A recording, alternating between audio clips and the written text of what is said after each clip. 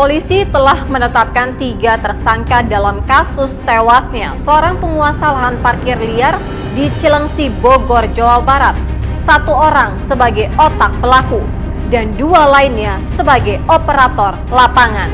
Lalu bagaimana pelaku mengeksekusi korban? Sang eksekutor lapangan sempat mengungkapkan kepada tim menyingkap tabir.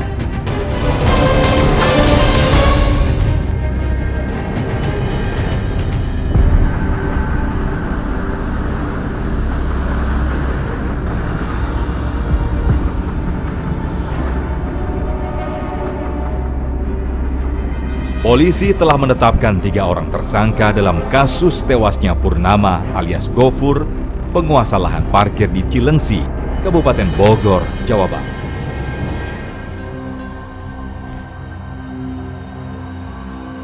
Sejumlah barang bukti diantaranya telepon genggam dan senjata tajam yang digunakan oleh salah satu tersangka telah disita polisi. Nah, ini dari 2 buah sajam ini yang digunakan untuk mengeksekusi korban yang mana, Pak? Yang digunakan pelaku, saudara Den ini, tersangka yang otak pelaku ini beli ke pasar. Nah, kemudian setelah beli, alat ini diberikan kepada tersangka 2, DN. Kemudian saudara DN mengasah alat sajam ini supaya tajam untuk melakukan eksekusi kepada korban. Untuk mengetahui lebih dalam soal kasus ini, kami coba menemui 3 tersangka.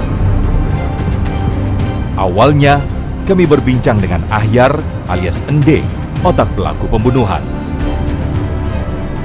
Kepada kami, Ahyar pun menceritakan alasan ia menyewa orang untuk menghabisi korban. Saya bilanglah sama adik ponakan saya, Kak, Dek, kasih Dek, kalau itu Gopur ngelarang anak-anak segala itu, ngelarang jaga, nggak boleh. Tapi mereka diomelin, Dek. Minta tolonglah sama Dedek, Dek. Kenapa kayak gitu mulu, Gopur?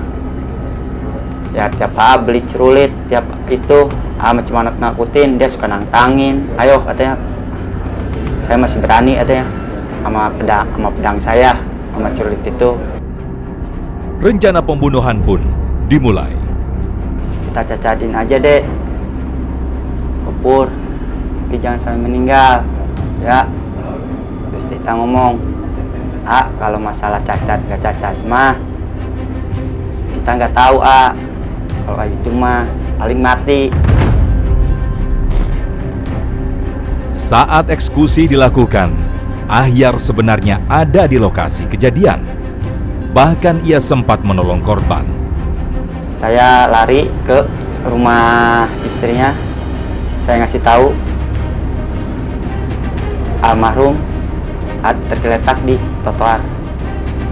Udah gitu, saya nolongin ke rumah sakit sama adanya, pura-pura supaya nggak ketahuan.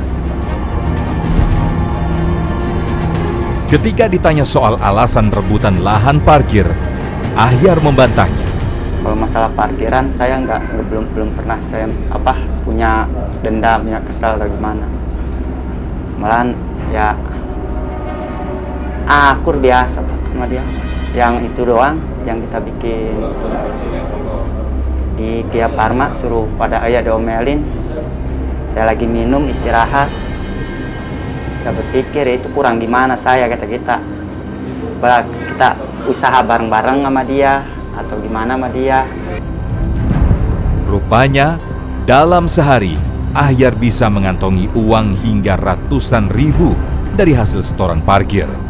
Kia Farma 50, 10, 60, sama Alfa 10.000, sama yang di jalan ada yang ngasih 50, ada yang ngasih 40, nyampe lah 300. Tersangka berikutnya yang kami temui adalah Deta Apriyatna. Deta mengakui kalau ia memang diminta untuk membantu Ahyar. Kamu berangkat ke sana kayak gitu, nanti dikasih lah buat itu mah. Berapa? Kasih 2 juta. 1 juta, 1 juta.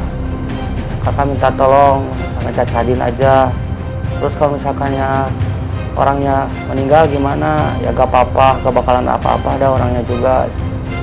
Untuk menjalankan aksinya, Deta meminta bantuan seorang temannya, Nono Darno. Inilah sosok Nono Darno, sang eksekutor lapangan. Nono pun bercerita soal aksi yang dilakukannya saat itu. Korban lagi duduk, kita langsung nyamperin naik motor. Kita langsung sabetin parangnya ke kaki. Terus mau sabetin lagi ke tangan. Dia ada perlawanan berdiri, jadi kena leher. Ada tangkisan dari tangannya, jadi meleset kena leher. Terus dia berbalik, kena punggung. Dia lari, saya ikut lari. Dia lari ke jalan, kita lari ke motor, saya lari ke motor.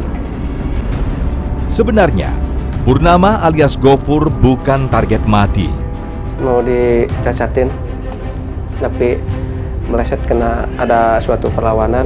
Si korban berdiri mau sabet tangan, jadi kena leher.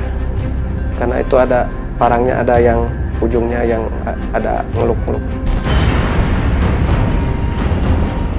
Atas perbuatannya, ketiga tersangka dijerat dengan pasal pembunuhan berencana dengan ancaman hukuman 20 tahun penjara atau seumur hidup.